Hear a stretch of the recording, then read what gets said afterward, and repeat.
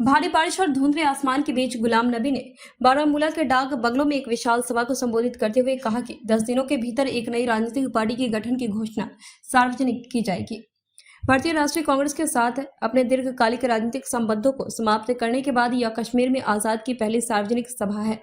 जिन्होंने कहा कि हजारों नेता सत्ता में आए और उनका एकमात्र मकसद कश्मीरी लोगों को लूटना था, जो उन्होंने किया और इसलिए लोग इस बार पीड़ित हैं। उन्होंने कहा कि हर बार जम्मू कश्मीर और लद्दाख राजनीति का क्षेत्र बन गए हैं, जिसने हमेशा इन प्रांतों के लोगों के हितों और आकांक्षाओं को चोट पहुंचाई है।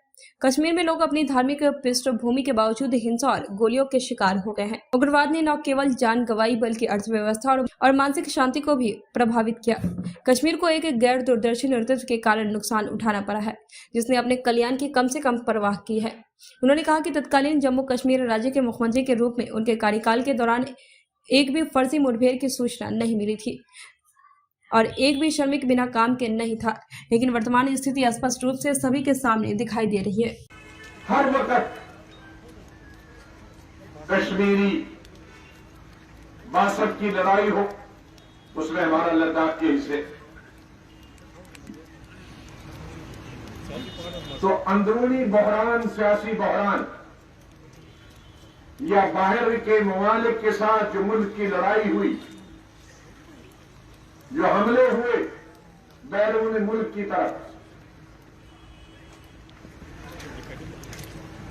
तो उसका सबसे ज्यादा नुकसान जम्मू और कश्मीर और लद्दाख के हुआ और जम्मू का भी हुआ, क्योंकि आप जम्मू का मतलब जो पूंछ एरिया और ये हमारा बॉर्डर जम्मू सांबा कठुआ, ये पाकिस्तान का बॉर्डर है, ये सब लोग शिकार हुए। इस रियासत का मुसलमान, हिंदू, सिख, ईसाई हर वक्त गोलियों का शिकार हुआ और बीच में बदकिस्मती से मिलिटेंसी का ऐसा दौर आया जो गुज़श्ता 32-33 सालों से थमने का मौका, थमने का नाम ही नहीं ले रहा, रुकने का नाम ही ले रहा, जिसमें हिंदू, मुसलमान, सिख, कश्मीरी पंडित सबका कत्लेआम हो।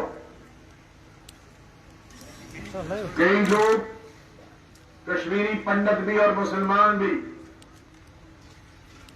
सिख भी, हिंदू भी यहां से भाग के गए, जम्मू गए और दूसरे मुल्क में गए, जिसकी वजह से हमारी इक्तिसादी, तालीमी, सियासी बदहाली जो पहले से बिगड़ी हुई थी और भी बदहाल हो। साइड लेकिन जम्मू कश्मीर के लोगों ने और बिलखुसूस कश्मीर के लोगों उसका मुकाबला किया। एनकाउंटर भी हुए, असली एनकाउंटर हुए, कभी कभी नकली एनकाउंटर भी। लेकिन जब मैं चीफ मिनिस्टर आया, शायद जम्मू कश्मीर की तारीख में या हिंदुस्तान की तारीख जो शिकायतें मिलती थी ह्यूमन राइट्स वायलेशन की, मिलिटेंट को आर्मी मारती थी, पुलिस मारती थी, कोई शोर शराब नहीं होता, लेकिन जब बेगुनाह मारा जाता था तो बहुत शोर बजता। जब मैं चीफ मिनिस्टर था तो इसी तरह एक दिन मुझे श्रीनगर लाल चौक के रेडी वाले 100 लोग आए, डेलीगेशन, और कहा सब हमारे 3 रेडी वाले अभी 1 हफ्ते से गुम हैं, वो घर गए थे, वो अभी तक वापस नहीं आए। 2 कश्मीरवादी के थे, एक बारहाल का, और जब उनके घर हमने फोन किया तो वो कहते यहां तो आए नहीं, तो गुम हो गए। मुझे शक हो गया ये ह्यूमन राइट वायलेशन हुआ है, कहीं गलत आदमी को पुलिस ने, आर्मी ने, फौज ने मारा। मैंने होम मिनिस्टर के नाते उसकी जाती तौर पर पहचान की। एक अफसर को नहीं लगाया, अलग अलग 10 अफसरों से पूछा और फिर मैं इस नतीजे पर पहुंचा था कि उसी दिन पुलिस ने एक प्रेस कॉन्फ्रेंस की थी कि पाकिस्तान ट्रेंड 3 मिलिटेंटों को मारा। तो तहकीकात ज्यादा टाइम नहीं लगाया, 20 दिनों के अंदर मैंने तहकीकात के इस नतीजे पे पहुंचा कि जिस दिन ये दिखाया गया है कि 3 पाकिस्तानी मिलिटेंटों को मारा गया है, उसी दिन ये गुम हो गए। मैंने कहा अपनी सीआईडी से, भाई जो आप मारते हो पाकिस्तानी मिलिटेंट या यहां के, उनकी कमरे वमरे ठीक बनाते हो, क्योंकि उसके बाद खत्म हो गए।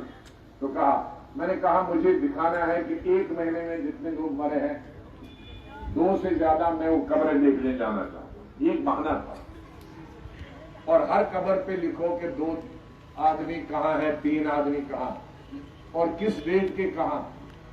तो मैं जब इस नतीजे पे पहुंचा कि उस दिन के 3 आदमी इन कब्रों में है, लिस्ट आ गई, तो पहली रात को मैंने ये 3 जो मारे गए थे उनके घर वालों को बुलाओ। खुशकिस्मती के से शायद सर्दियों का नवंबर का महीना था। तो मैंने कहा अगर मैं कब्रें खुदवाऊंगा तो पहचान पाओगे? कहा जी जरूर। तो मैंने पुलिस को नहीं बताया, बुलाया है, तो उन्हें शक पड़ा। सीआईडी को भी नहीं बुलाया, किसी को, आर्मी को। लेकिन तब तक मैंने निशानदही की कि कौन है वो। बदकिस्मती से वो आर्मी नहीं थी, 12-13 के लोग हमारे ही थे, एक जम्मू का और बाकी सब कश्मीरी पुलिस वाले।